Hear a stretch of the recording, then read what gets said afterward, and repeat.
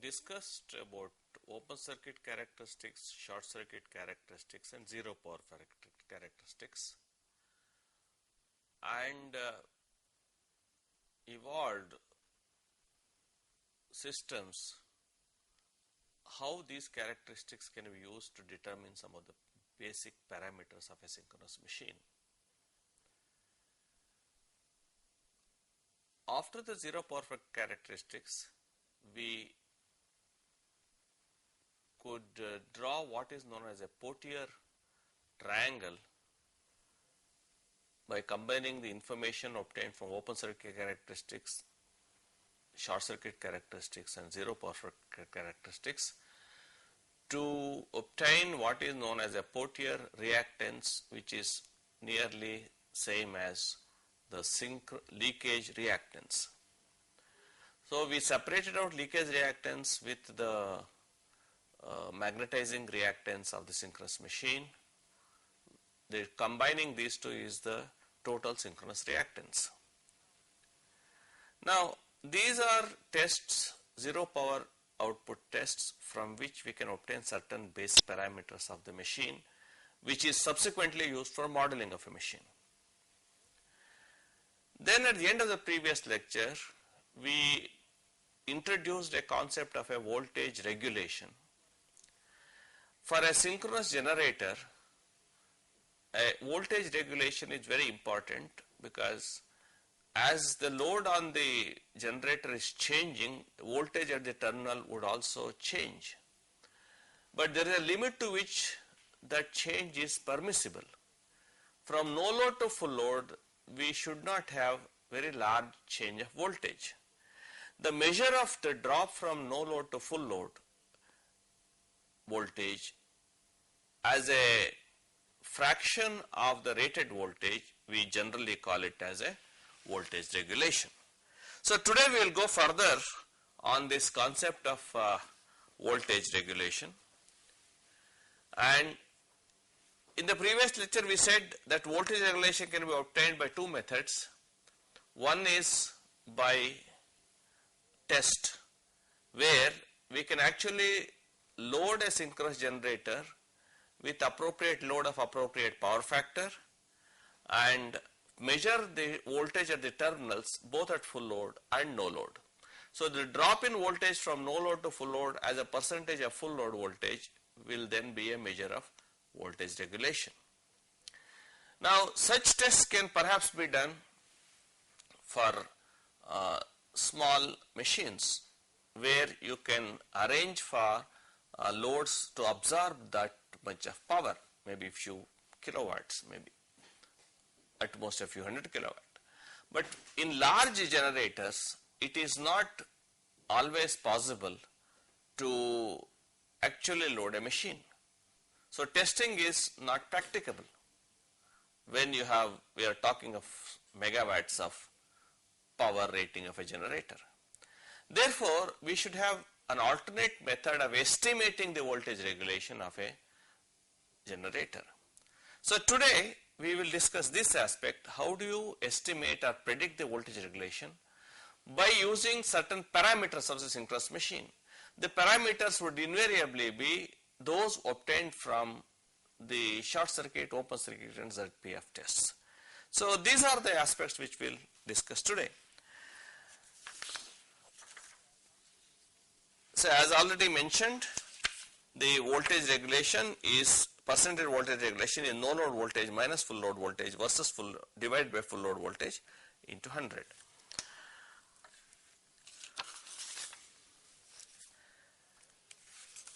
Now when you have these were the characteristics which we saw last time in the earlier lectures, that as you load a machine, the voltage will drop. So if you maintain the rated voltage constant at 100% load, the no load voltage would be different for different power factors. So the power factor of the load has a bearing on the voltage regulation, and the machine parameters will have a bearing on the voltage regulation.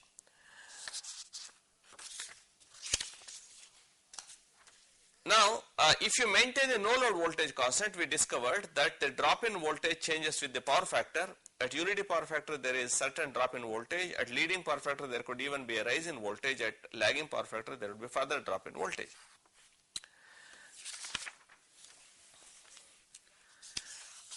We also saw last class in the previous lectures that as the current, armature current or the load current increases, in order to maintain the voltage constant, we have to increase the field current. So if you increase field current from some value, a minimum value to certain value at unity power factor, but you may have to increase more for lagging power factor to compensate for additional reactive power of the load and less for leading power factors. And it's possible with leading power factor there may be a reduction in the excitation current requirement with load. So these are important characteristics which will be useful. Okay, now we come to the important aspect of using parameters obtained by test or design. How do you calculate voltage regulation? That means today we are discussing voltage regulation.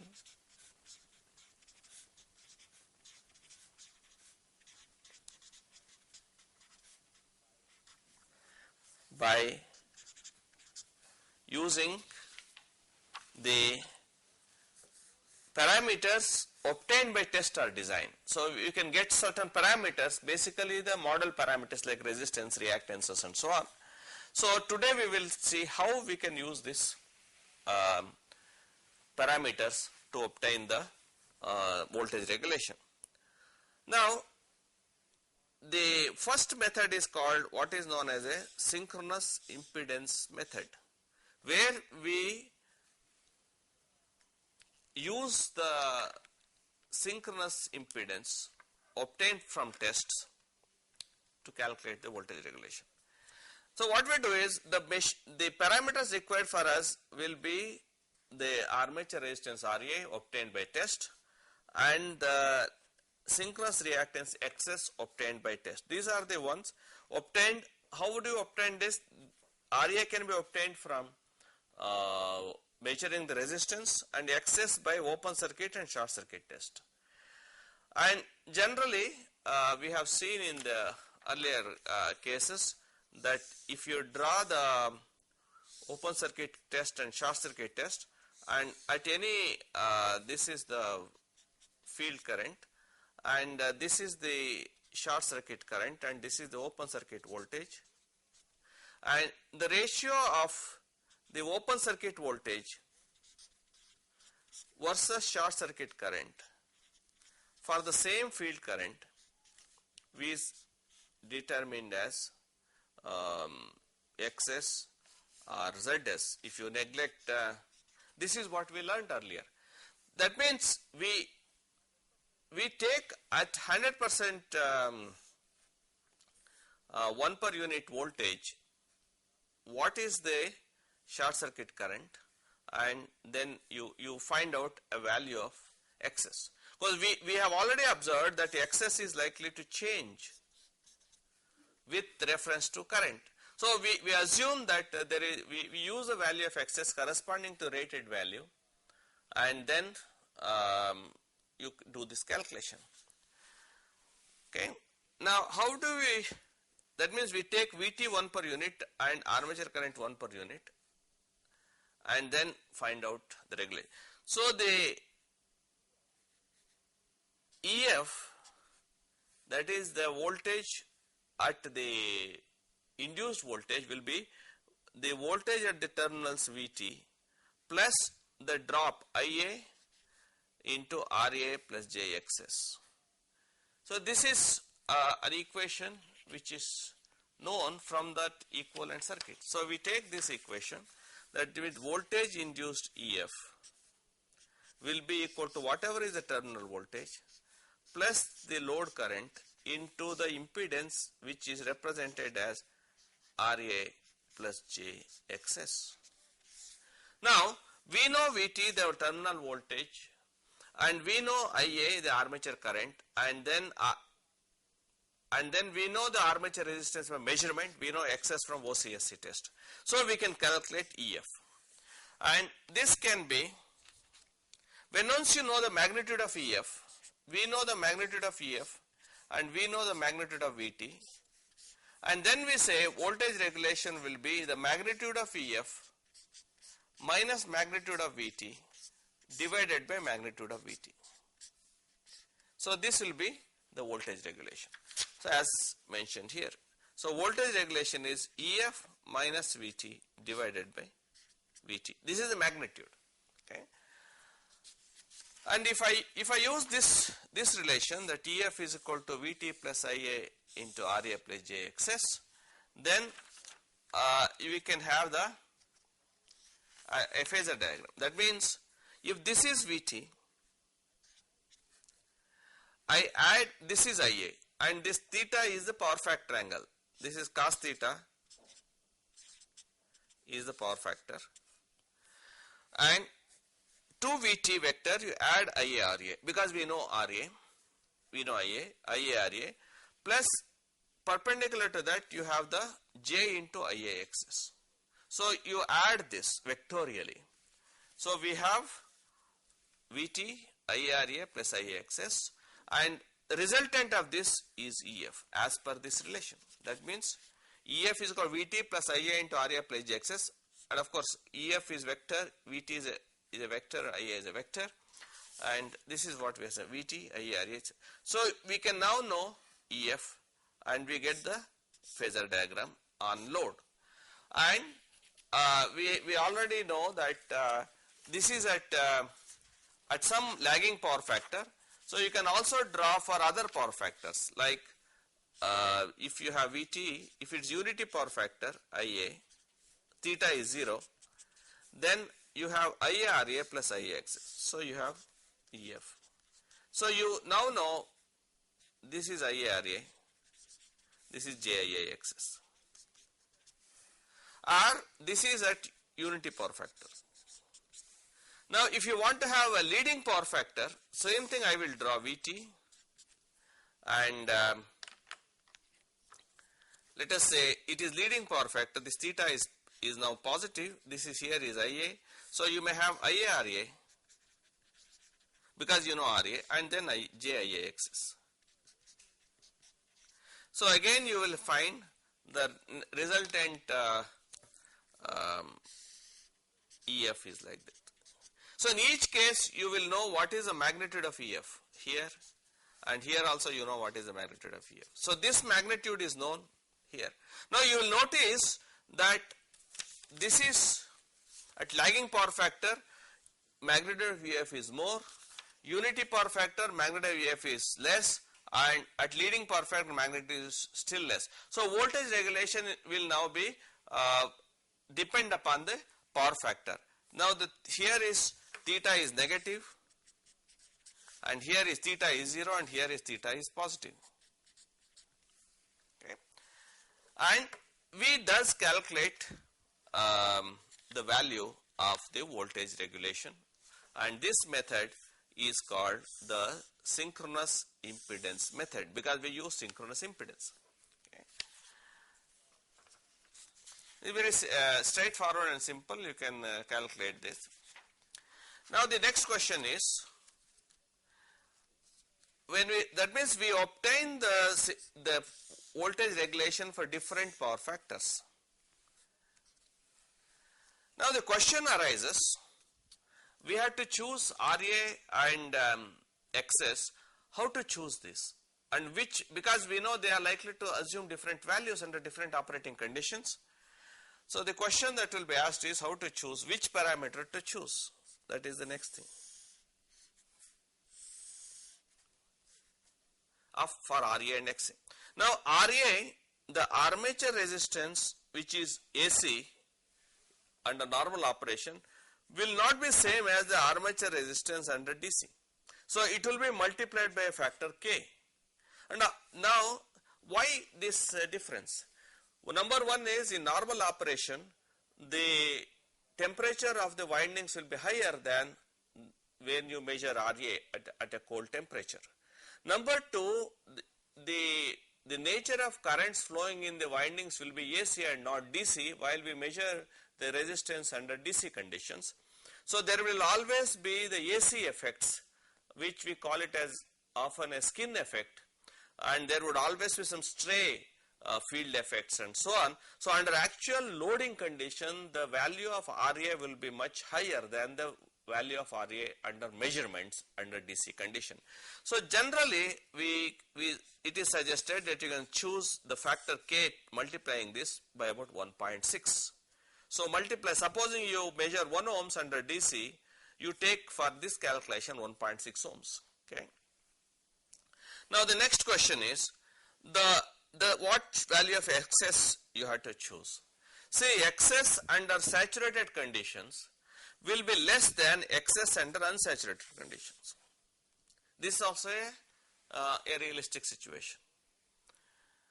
When the whole fields are saturated, excess will be less, and therefore actual excess under normal operation will be less than actual excess under rated voltage conditions, because under normal operation the operating fields are likely to be higher and field current is higher and saturation would occur. Therefore, we generally will be using a higher value of excess in the calculations, whereas in reality the excess will be smaller.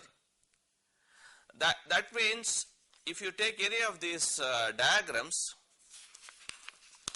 for calculation, which we have done, so this excess we are choosing, which is a unsaturated or a less saturated one, but in actual reality this may be smaller, means that your EF may be smaller than what you would actually calculate. That means the voltage regulation would be smaller in actual reality than what you get it from here. So that means you are likely to calculate voltage regulation from this method, which is higher than what you measure by test, right? So that means our test measurement of voltage regulation would be smaller. That means it's better than what you predict. That means what we are predicting is a poorer value or a pessimistic value. So we call this as a pessimistic method, because your measurements will be smaller. By test, if you say it is 10%, maybe from this method it may be 15%, because our value of excess which you choose are much higher than reality. So we may get voltage regulation more than actually obtained by test. This is, therefore, the actual field current is more than the field current at rated voltage. This is also a fact. At rated voltage there is a certain field current, but the actual field current and loading condition will be more for the same terminal voltage. Therefore, we call this as a pessimistic method. So the solution this is that the measurement of voltage regulation or calculation of voltage regulation from this method is called a pessimistic method. Therefore, we must now see whether we can do any improvement. Okay. So we go to the next method where we don't use the voltage drops in the windings, but we use the MMFs. So second method is called an MMF method, where we use the field currents or the MMF to get the calculate the voltage regulation. So this is called an MMF method or a magnetomotive force. MMF is proportional to the field current. Okay. Now, so here we use the MMF vector. Let us and we should understand the MMF is a space quantity. That means which represents the peak value of the air gap MMF due to different excitations like armature, field or the resultant. So this is why I call it as space vectors. So we use the space vectors of MMF, and this diagram is used, right? That means there are several voltages which are generated into the windings. We assume that each voltage that is induced in the winding of the phasor diagram. So we have a phasor diagram, and for each phasor of voltage, now we represent that by an MMF. This is what we do. So each voltage of MMF is represented by corresponding MMF, right? Terminal voltage by an MMF, armature voltage by an MMF, and so on. And then you combine them in another vector called a space vector diagram, and that is what we do. So in summary, we know that inside the armature winding per phase, there are three voltages, one due to the field alone, another due to the armature, and then the resultant. So these three voltages are at equilibrium. So we draw this triangle. Let us see how this is done.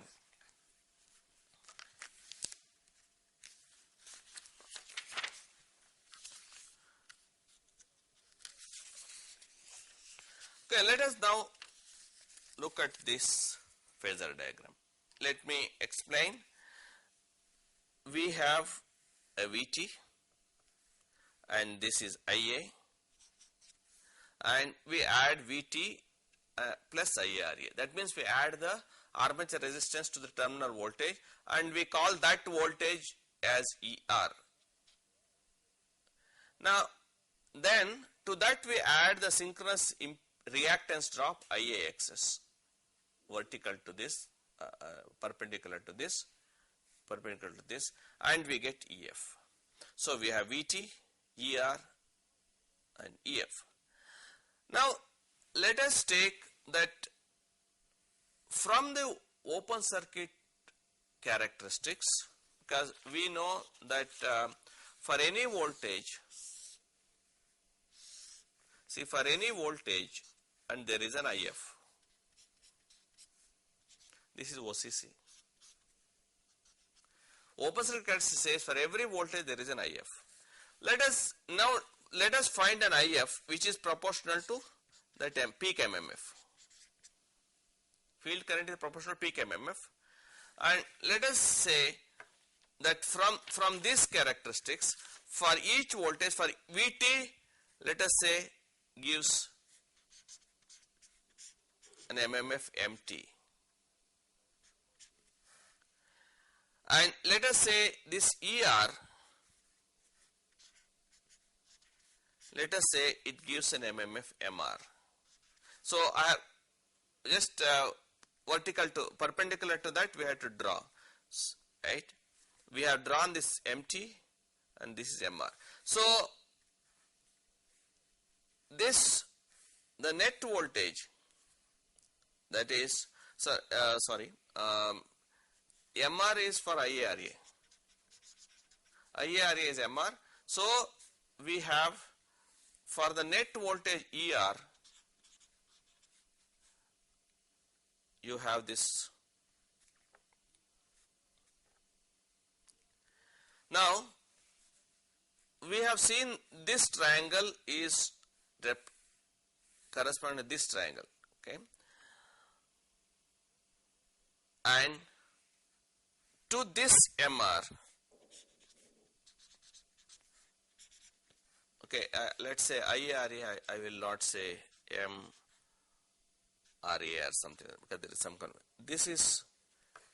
this small MMF is due to this small voltage IARA. So this MR is the MMF due to ER. Now to this MR, for the IAXS voltage proportional to IA, there is an MMF MA. That means this MMF is corresponding to this voltage. So to sum up, we will see this VT, we have this MMF, this drop, we have this MMF.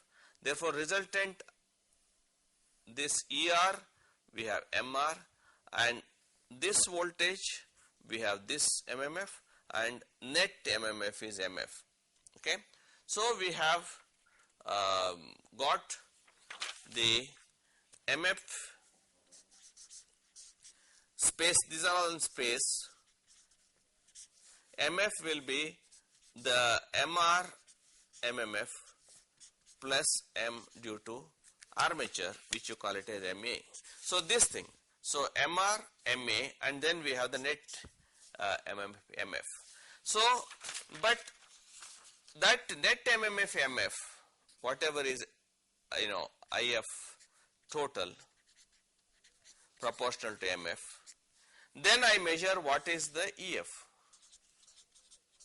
That means we calculate the total MMF required to take care of the terminal voltage and the drops, and corresponding to that MMF we find a field current, and corresponding to that field current what is the voltage induced. So this will be, we are taking as far as possible the vectors sum of MMFs to find the total EF. Okay. So therefore it is mentioned again, MT is MMF for VT, MR is MMF for IRA, MA is MMF for IAXS. So MF is the MMF for EF. So we sum up all these things and get the MF. Now so take all MMF proportional to IF. That means what we are doing is all the MMF are proportional to IF, and use OCC and SCT to get MMF for different voltages, because we would require in this diagram, this MA is from short circuit test, short circuit characteristics, because we have seen that short circuit characteristics. So for the rated current IA, so there is this for IA there is an IF. This is corresponding to that MA. That is the field current required to compensate for the armature current at rated under short circuit. So we have all these MMFs understood. So MT is from OCC for VT, and MR is MMF for the drop in the armature resistance, and MA is from IAXA, this is from short circuit characteristics, and this is from the total triangle. And from this we get a total MMF, and from the total MMF we find EF from open circuit characteristic for the total total field current. Okay, and so this has been again mentioned that E1 is VT plus IARA, then find M1 from OCC for E1, take ME MMF for rated short circuit current, find MF is equal to M1 plus MA vectorial, from OCC find EF corresponding to MF. So these are the steps.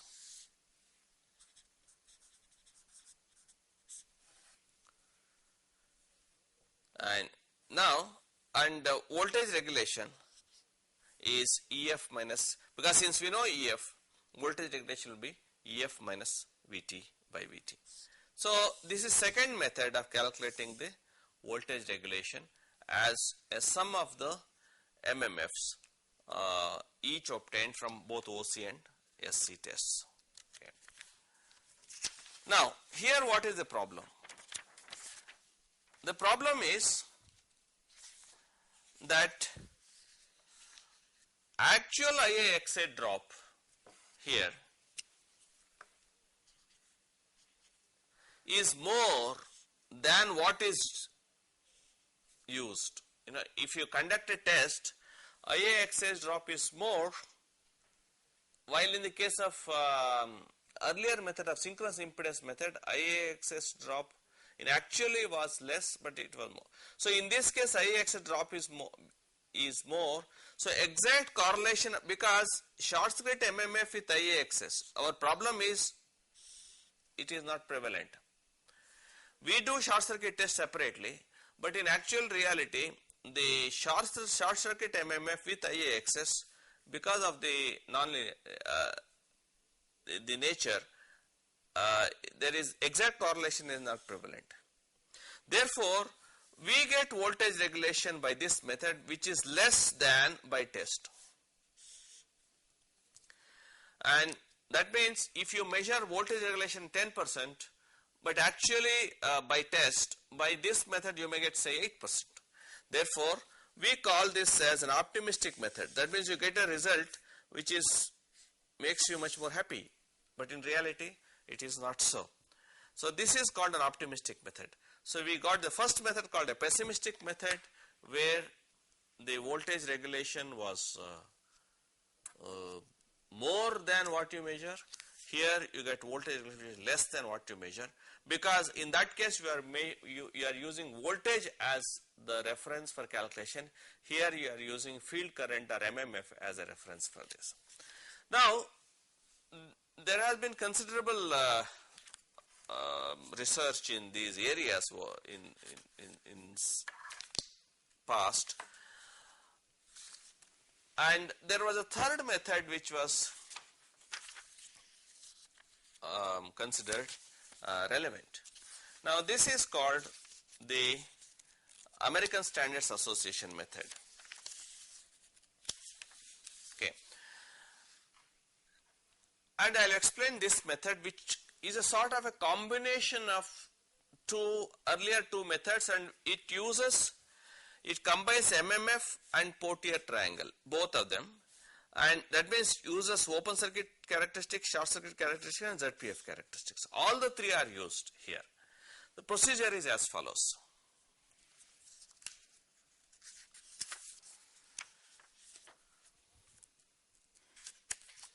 First step is, let us say you draw an x-axis, and first step is draw VT, which is, that means draw rated voltage OB at the given power factor angle theta with horizontal line. So you draw a theta here and draw VT. So this is OB is equal to VT. Now because of this, that means let us say this is the current axis. So this is voltage. Now you add IARA to this in horizontally, then IA and leakage reactance. This is Portier reactance. This we have obtained IAXLS. We add this. So we have IARA plus IAXLS. So the net is supposed to be the voltage which includes the no load voltage as well as the synchronous reactance. This is only terminal voltage plus leakage impedance drop, we can say. Okay. So we have add IARA drop ER horizontal to 1, and then add, next thing is add Portier reactance drop EX vertically. So we have assumed that you call this as ER and you call this as EX. So we have taken VT plus IA into RA plus JXLS Portier. So you call it as VT plus ER plus EX. So this is what we have got. Now go back to this curve. So you have got OB, you draw an arc to touch at P. This is OB, draw a touch at P, and OC, draw an arc to touch at Q, because these are all the voltage. Right? So project OB and OC along vertical line through an arc, say OP and OQ. Right? This is OP and OQ. Then draw a horizontal lines from P and Q to intercept OCC at R and S. Now from this, let us say draw a horizontal line. So it meets here at R, it meets this at S. These are the points. Okay. To repeat, I said draw OB, draw OC as a sum of this, and draw an arc and go here, and then we have this. Now you draw another sketch from the above characteristics as follows. So that means next what you are doing is you are drawing another sketch from the above information as follows. Okay, that sketch is here. You draw OA, which is IFG, that is the field current for no load rated voltage, that is with no saturation. That is, you draw IFG, that is, after all, for IFG is the field current required for the rated terminal voltage from this, okay, from this voltage, because this is IFG from the open circuit characteristics. Then next is you add IFS1 here. That means to this you add this at an angle theta to the vertical axis. What is this IFS1? Is the short circuit current. That means the field current to drive short circuit current. So that's next that you will have.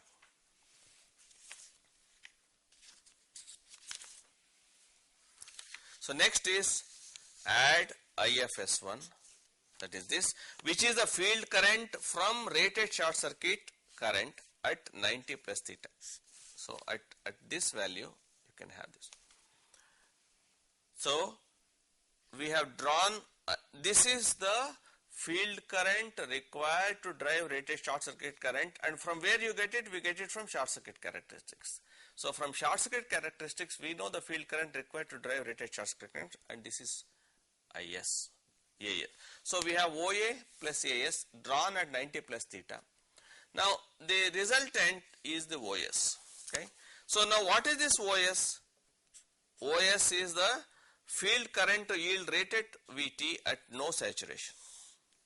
That means we have not taken saturation into account, but that is the field current to yield rated terminal voltage at no saturation. Okay. Now, but IFS is additional field current to force flux in iron, because when the machine is working there is certain field current required to force flux in air, but there is also additional field current required to force flux in iron.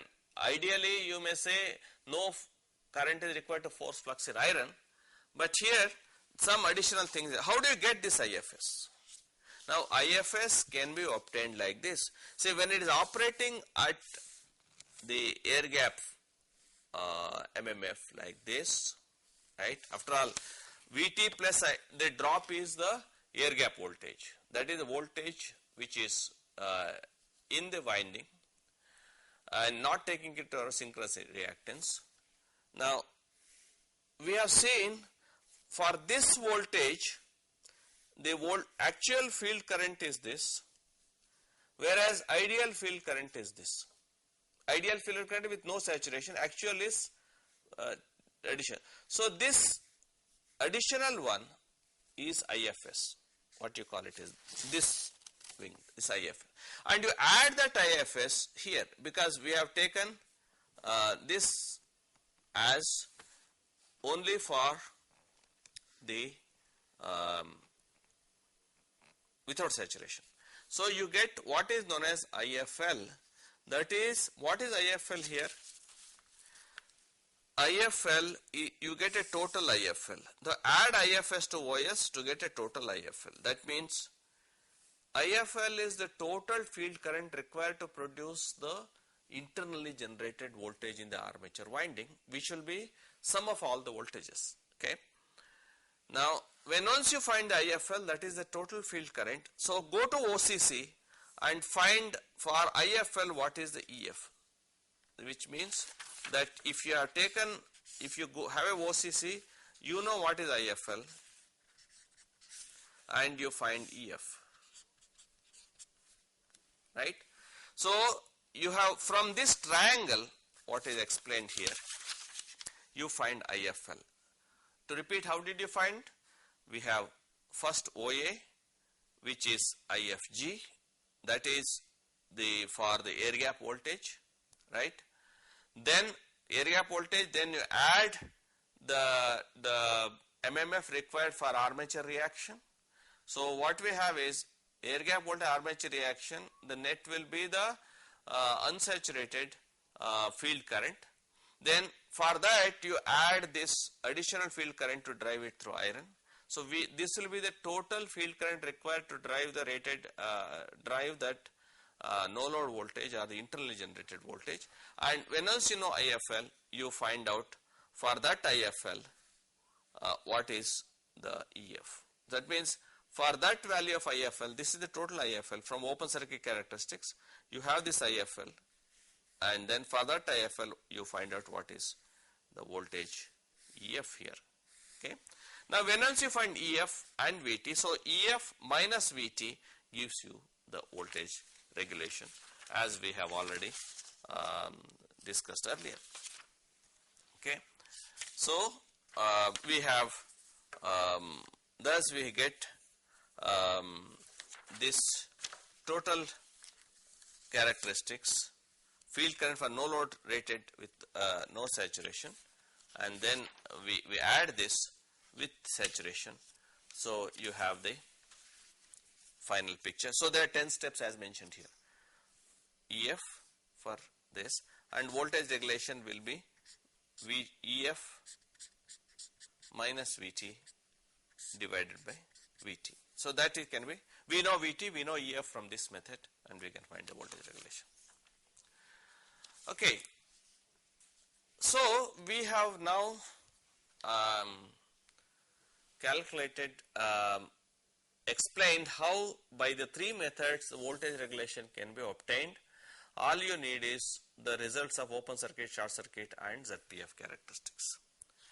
Next, what is the significance of this voltage regulation?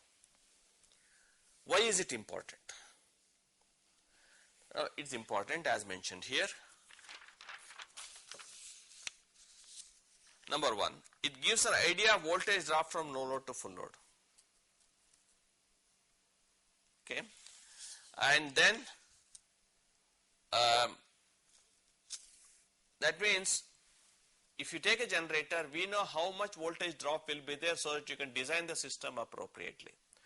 Now it is more important in standalone mode, because in standalone mode for the customer you must give a nearly constant voltage. Therefore, if you know how much drop will be there, so corresponding to that you can adjust the field current so that the customer terminal voltage at the customer's terminals will be maintained nearly constant. Okay.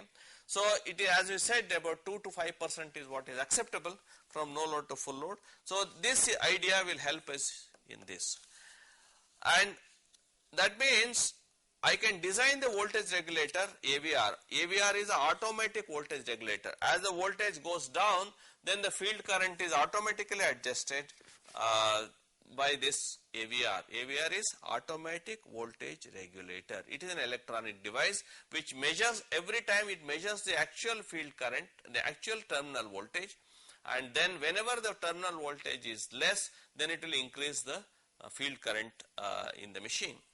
Okay.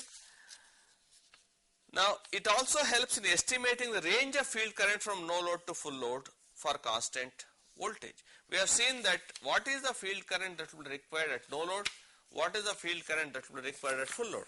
So we have seen earlier in the curve that field current at no load is something and field current in full load. So this can be estimated if I know the voltage regulation. So I know what is the field current IF naught. Let us say at rated, let us say 100%, 1 per unit. I know what is the field current required at lagging unity power factor, at lagging power factor, at leading power factor, say at this condition. So I know how much voltage regulator must operate from no load. What is the range of field current?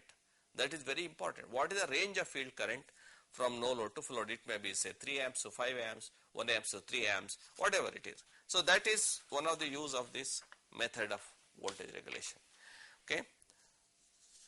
So it will help in estimating the range of field current from no load to full load for constant terminal voltage. That means for a constant, I want to maintain it nearly constant. With AVR, voltage regulation must be within 2 to plus or minus 2 to plus or minus 5%. This is one of the regulation as per standards. So voltage AVR, obviously without AVR, voltage regulation will be much higher, maybe 10%, 20%, 50% and so on. But with AVR, it must be under control because we are able to adjust the field current. Now in the grid connected mode, that means this is about the standalone mode, but if it is connected to a grid, still the AVR will be there, it adjusts the field current, but this adjustment of field current will realize it controls the VAR control or the reactive power that is given out by that generator to the grid VAR control, because here we don't have to be so much concerned about terminal voltage because that is stabilized by the grid. There is a grid is supposed to maintain a constant voltage. Of course, that will be a combination of all a group of machines. It's a multi-machine system because several machines are fed into the grid. But however, the information on voltage regulator for that machine also is very valuable in the system design. Okay. So we have today completed our discussions on different methods of voltage regulation and the comparison of the results that we get from different methods in comparison with the actual tests, and also why we have to know about the value of the voltage regulation. So we complete today's lecture at this point.